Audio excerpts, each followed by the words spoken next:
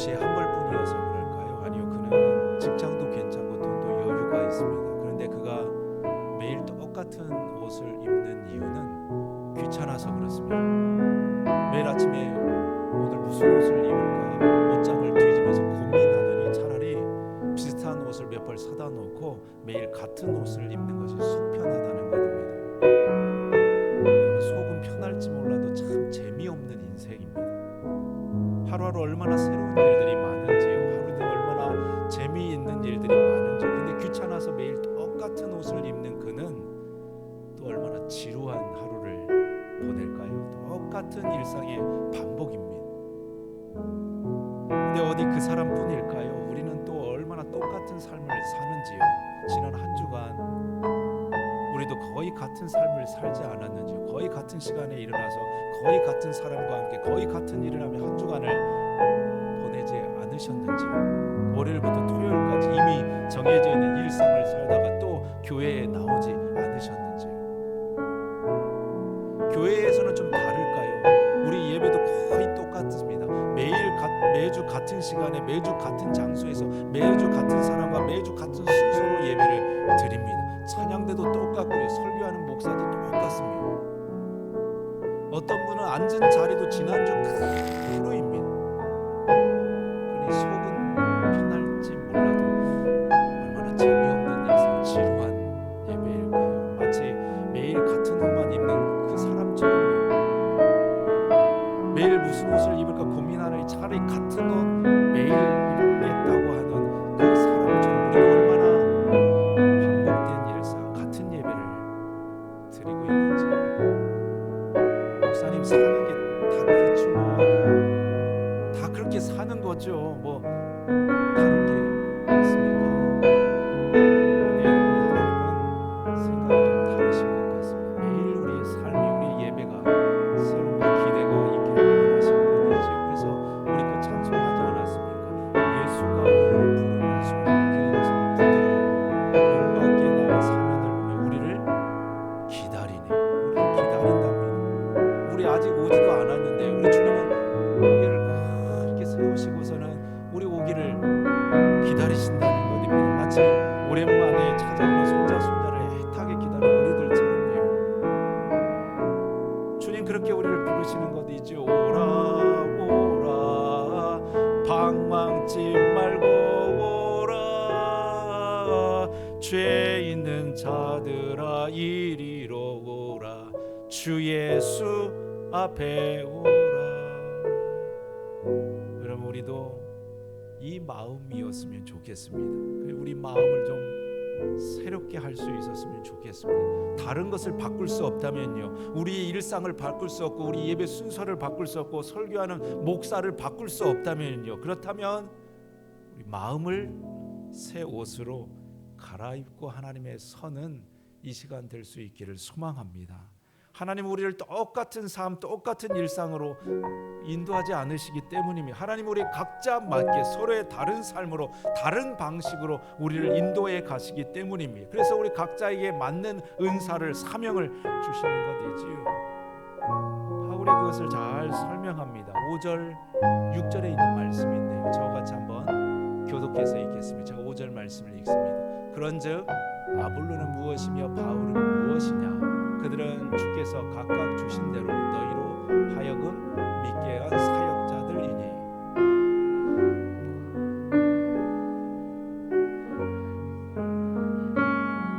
네, 바울은 농사 짓는 것으로 설명합니다. 누구는 심는 이가 있고 누구는 물 주는 이가 있다는 것입니다. 그렇듯이 하나님께서 우리에게 똑같은 일상, 똑같은 역할을 주시지 않으셨습니다. 누구는 심는 일, 누구는 물 주는 일을, 그리고 하나님은 자라게 하시는 일을 하신다는 것입니다.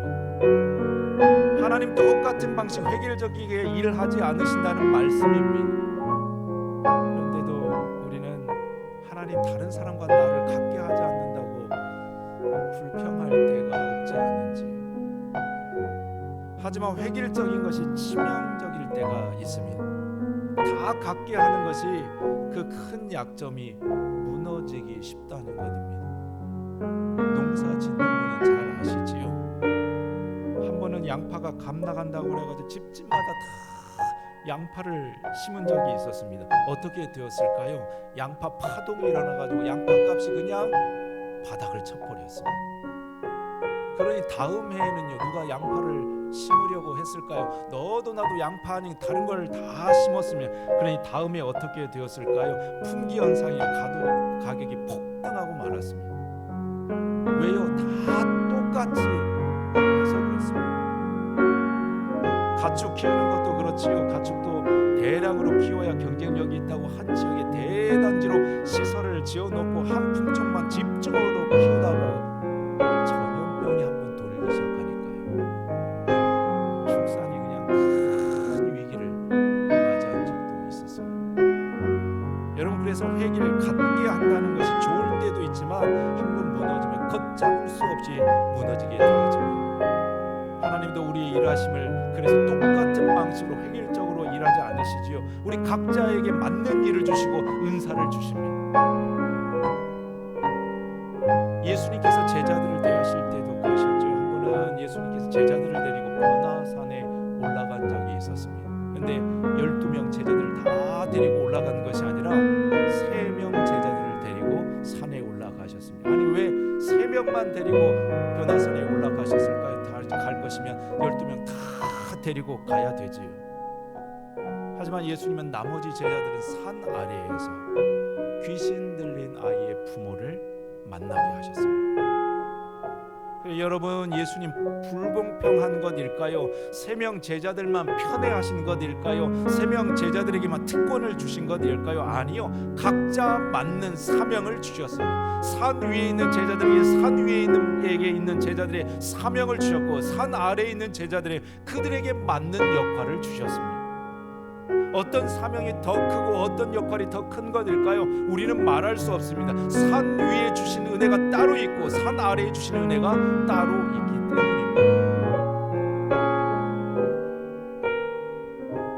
한편은 우리나라 축구 선수 가운데 저 유명한 유럽의 프리미어 리그라고 아주 큰 대회에 뛰는 한 선수가 있어서 그를 한 기자가 인터뷰한 적이 있었습니다.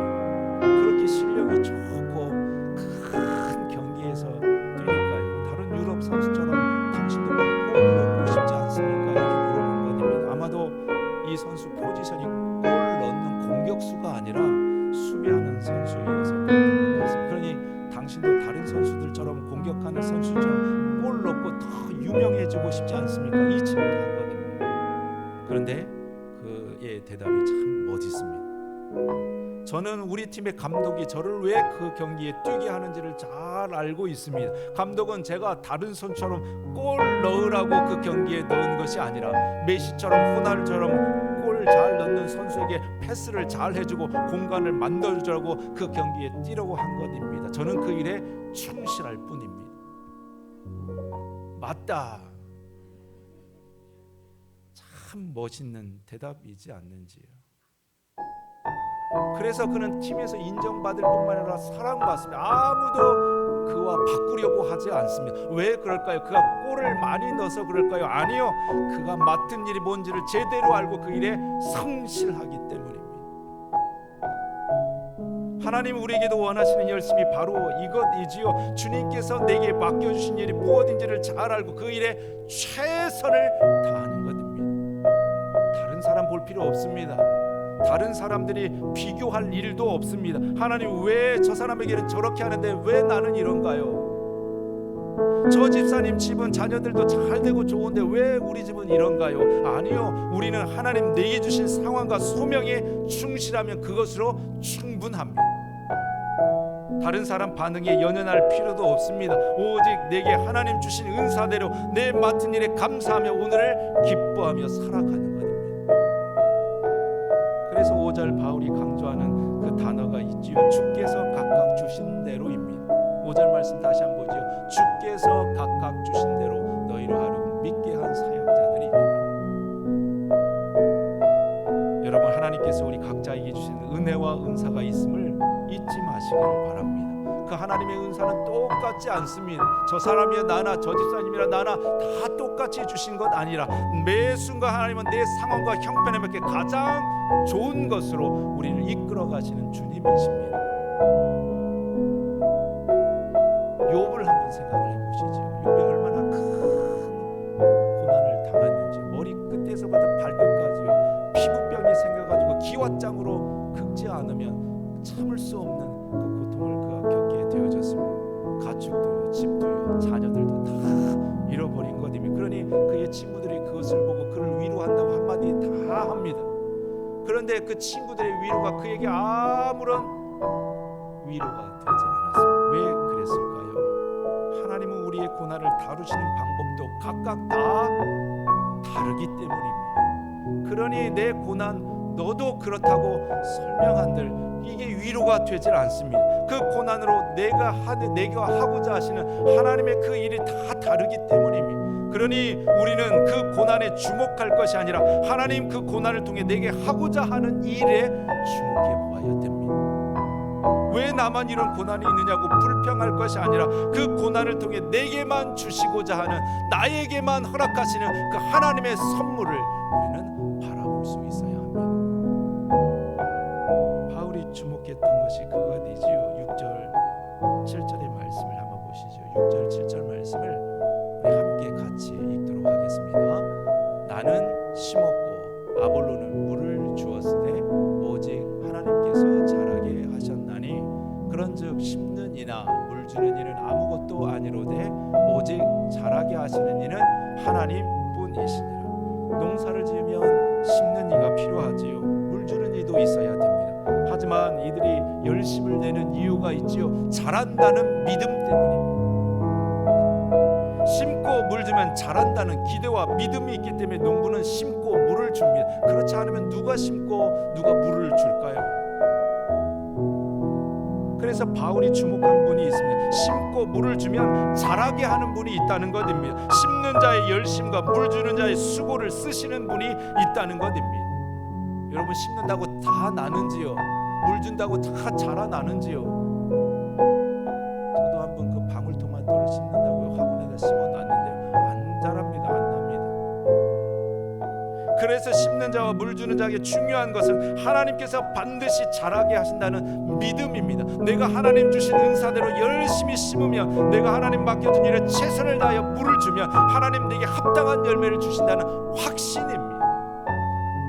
그는 오늘 열매가 없어도 하나님의 씨앗을 다시 심지요. 작은 일에 실망하지 않고 하나님 나라에 다시 나무에 물을 줍니다. 그는 내가 아니라 자라게 하시는 하나님을 보고 있기 때문입니다.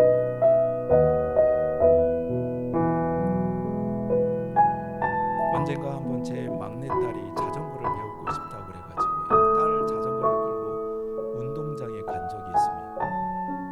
우리 흔히 자전거를 배우는 방법이 있죠. 여러분은 자전거를 어떻게 배우셨는지요? 저는 아버지가 무작정 자전거에 올라 태우고는 페달을 힘껏 밟으라고 해서 어떻게 타는지도 모르고 그냥 자전거를 배우기 시작했습니다. 아버지 하신 말씀이 자전거는 직접 타보는 게 빠르다고요. 그러니 걱정 말고 자전거에 올라타라고 그래서 아버지 잡아주시는 그 방법으로 자전거를 배우게 되었습니다. 저도 똑같이 딸 아이에게 말해줬더니 황당하다는 듯이 저를 쳐다보면서 정말 이게 맞느냐고 묻는 겁니다.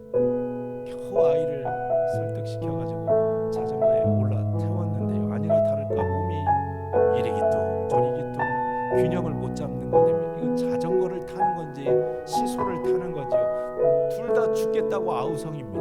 아이는 넘어진다고 아우성이고요, 저는 올라타라고 아우성이고요. 그때 제가 한 말이 생각이 납니다. 앞을 봐야지, 땅을 보면 넘어지지. 딸 아이한테요, 페달 밟는다고 땅만 보면 흔들리지, 멀리 앞을 봐야지. 여러분, 우리도 흔들리지 않을 수 있는 길은 멀리 보는 것입니다. 멀리 앞에 계신 그분을 바라보게 하는 것입니다. 심는 나를 볼 것이 아니라 물 주는 다른 옆에 있는 그 사람들 볼 것이 아니라 오직 자라게 하시는 그 하나님을 바라보는 것입니다. 자라게 하는 일은 내가 어떻게 할 수 없습니다.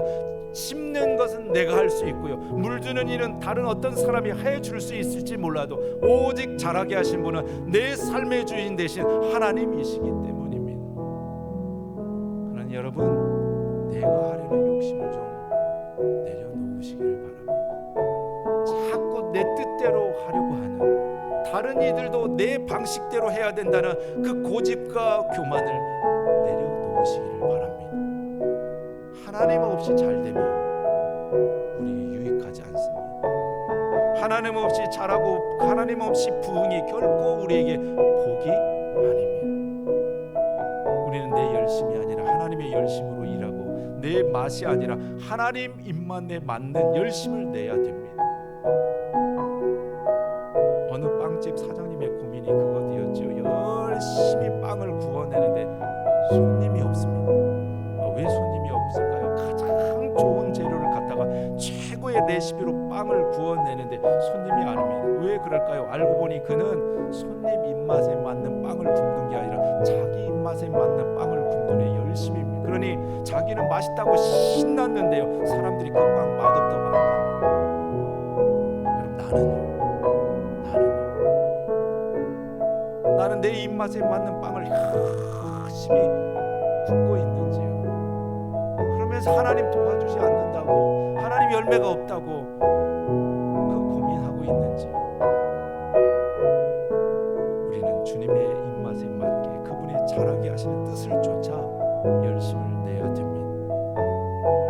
여러분, 우리가 하나님의 일을 맡은 주의 종이고 일꾼인 것을 잊지 마시기를 바랍니다. 좋은 일꾼은 주인이 원하는 것을 잘 아는 것입니다. 그때 그의 열심이 주인에게 쓰임 받는 것이고요, 그때 우리의 열심이 모여 주님의 나라의 귀한 열매가 되는 것입니다. 여러분, 더불어서 우리는 하나님 나라의 부름받은 동역자임을 잊지 마시기를 바랍니다. 우리는 각자 맡은 대로 나의 일을 하지만 그러나 다른 일을 하는 것 아닙니다. 실은 같은 일을 하는 것입니다. 누구는 심는 일을, 누구는 물주는 일을, 역할을 다를 뿐이지 우리는 한 가지 일을 하고 있습니다. 하나님 나라를 세워가고 하나님 나라를 이 땅 가운데 확장해가는 그 일을 하고 있는 것입니다. 하나님 그 수고를 모른다 하지 않으시죠? 우리의 땀과 눈물을 기억하시고 그에 맞는 상급을 주십니다.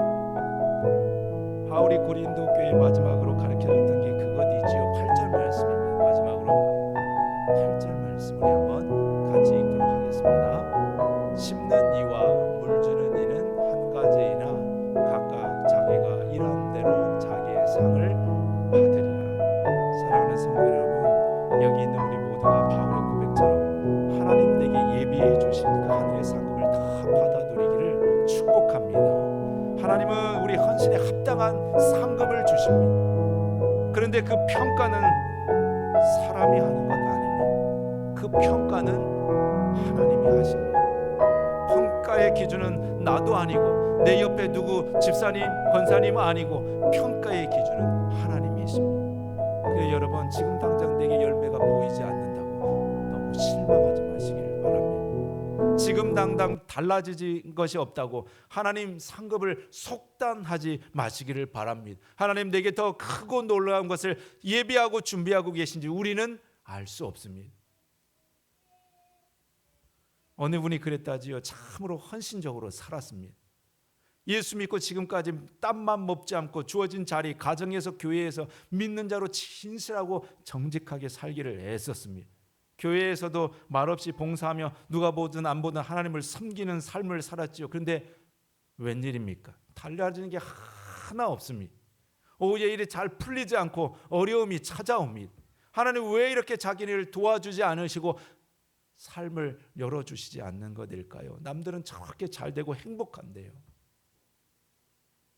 점점 지쳐갈 때쯤 하나님 그에게 조용히 말씀하신 것을 듣게 되었습니다. 누구야? 너무 속상해하지 말아라. 나에겐 너가 바로 내 열매란다. 너 하나로 나는 이미 충분한 열매를 거뒀단다. 이 말씀이 얼마나 위로가 되든지요. 내가 바로 하나님의 열매라니요. 이미 하나님 나에게서 충분한 열매를 거뒀다니요. 그는 뭔가 크고 달라져야 그게 열매인 줄 알았습니다. 뭔가 대단한 결과가 성과가 있어야 하나님 상급인 줄 알았습니다. 하지만 여러분, 하나님의 상급은 사람의 것과 다릅니다. 매일매일 내게 더해 주신 하나님의 은혜와 그 충만케 하심을 경험하는 것, 하나님 내 삶과 가정에 매일 일하심을 신뢰하며 그분의 기대와 감사로 사는 것, 하나님 내게 주신 오늘의 열매이고 오늘의 상급입니다.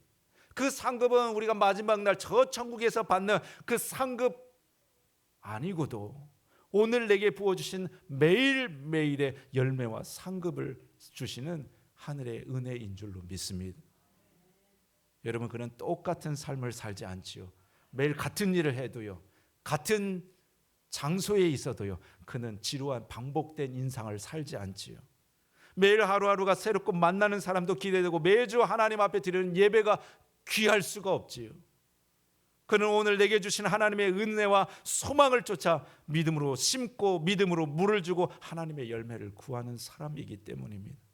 여러분, 저와 여러분의 삶이 그와 같이 기대와 소망으로 채워지는 날들 될 수 있기를 축복합니다. 성도는 그 맛으로 사는 것입니다. 그 맛을 알아야 됩니다. 이 땅에 살지만 세상 사람들과 똑같은 삶을 살지만 하나님 주시는 기쁨과 소망의 열매의 맛을 알아야 됩니다.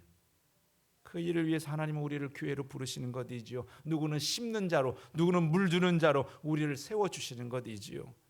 각각 다른 일 하라고 우리를 세워주신 것이 아니라 함께 주의 일 일하고 세워주신 것입니다. 사람의 열매 맺으라고 부르신 것 아니라 주님 열매 맺으라고 우리를 부르신 것입니다. 그러니 여러분, 우리가 하나님 나라의 선한 동역자 되어져서 세상 가운데 하나님의 나라를 세워가며 주님의 맛을 전하는 사명자의 삶을 살아가기를 소망합니다. 하나님, 우리 각자의 헌신과 수고를 모으고 모아서 협력하여 가장 복되고 아름다운 열매를 맺게 해 주실 줄로 믿습니다. 그 일에 우리가 쓰임받는 복된 삶이 되기를 우리 주님의 이름으로 축복합니다. 우리 기도하도록